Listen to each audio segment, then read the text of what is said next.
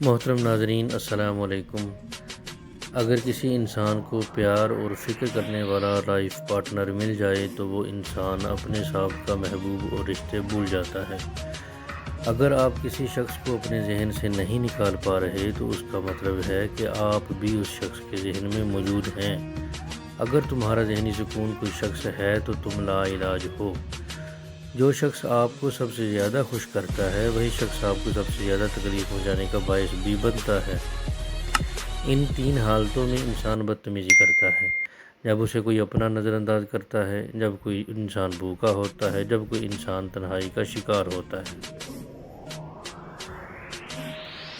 مرد عورتوں کی نسبت زیادہ دھوکے دیتے ہیں۔ ہمیشہ چار دیواری میں رہنے والی لڑکیوں کے عشق سے ڈرو۔ انہوں نے دنیا نہیں دیکھی ہوتی، وہ جسے چاہتی ہیں اسے بے پناہ چاہتی ہیں، کیونکہ وہی ان کی دنیا ہوتی ہے۔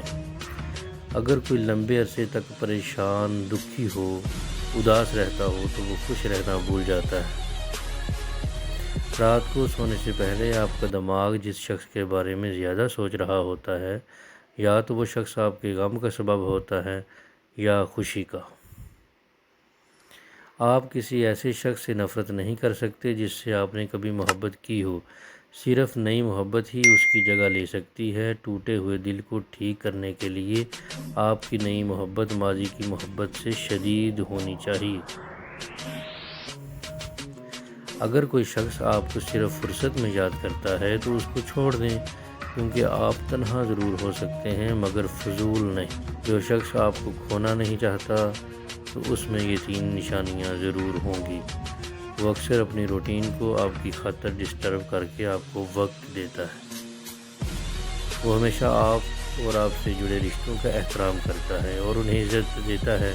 آپ سے کہے وعدے اور یادیں اسے یاد ہوتی ہیں۔